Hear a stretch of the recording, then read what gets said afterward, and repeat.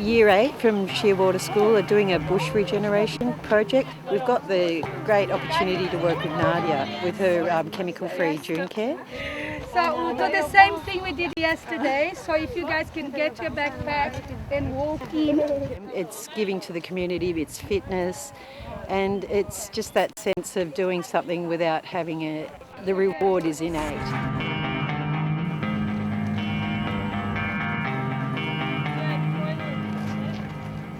We came yesterday and we walked around the place and she showed us what we're going to do and told us about all the plants. And then we got to work and we cut down heaps of the bad trees. What are they called? The weed things. All the weeds that are like growing along all the coast. And we were split into two groups, and one group pulled out the little babies, the seedlings, and the other group took the giant ones. And now today we're going to get straight to work. Single file wide. The seedlings, okay? So just watch where you put your feet. Because we want to help the bush.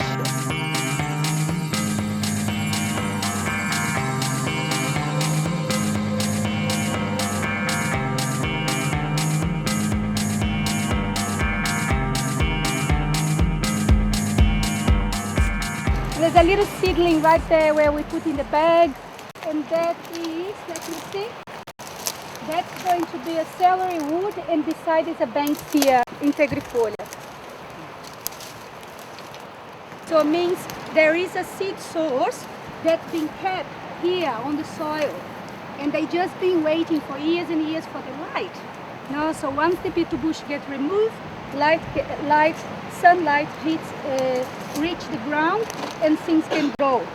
But then if we don't do the follow-up work, that's pulling the seedlings of the Bitou bush that we all do in the end of the day yesterday, then the ground gets shade again, and that opportunity, almost like one single shot, that the seedlings that being stored on the ground, the seeds that being stored in the ground, being waiting, will go. And not necessarily is going to have another chance. So that's why it's very important. When you start to do an area, you must follow up. Grab a pair of loppers and head that way.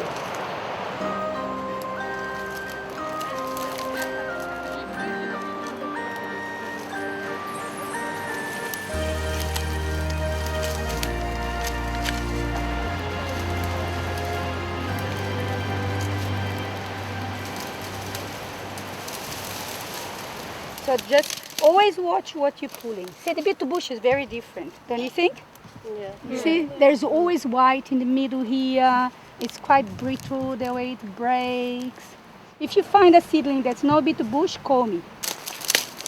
From Land Nature Reserve, where we're working, is between the Surf Life Saving Club and the Niagara Nature Reserve. The strip that we're working is 4.5 hectares. 375 meters at the front, on the east side on the beach, and then at the back. About 1.5 years ago, 200 people protested in Ocean Shores. People were shocked and really disappointed with the drifting of glyphosate from the helicopter spraying for the controlling of Bitou bush that happened almost every year all along New South Wales coast. And some residents of Ocean Shores area said we had enough, we wanted to stop. So out of that protest, Hillary and OSA went and looked for funding. I've been a bush regenerator for 15 years. I grew up in a farm in Brazil, so chemicals been around me since from birth. At age of 5, I used to wake up 5 a.m. in the morning, sit on the top of the fence of the farmhouse, in front of the farmhouse, and very excited and happy watch the airplanes come really close to me. A rain of poison, who knows what was, DDT, would come into my skin. And it's always just sad talking about that. It shouldn't be used, except for how much weed there is not compared to native plants, because there is so much weed, and to do it chemical free, like, it would be insane.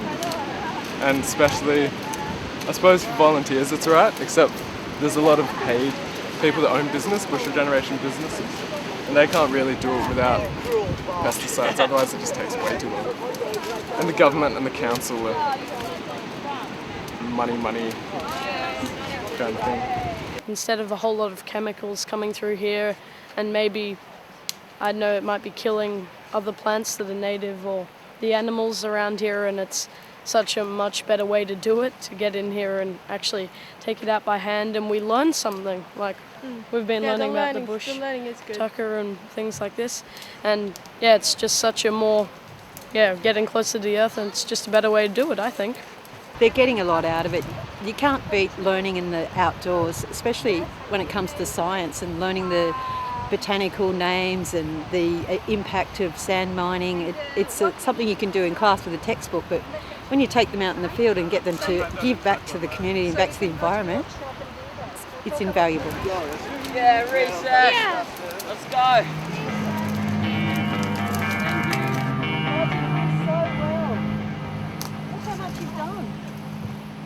Fantastic, thank you. We, the Byron Shire Chemical Free Landcare Group, would like to invite any school in the Shire that is interested to learn about chemical-free technique on dune care to call us, and we'll try to arrange a time to welcome them. You make it.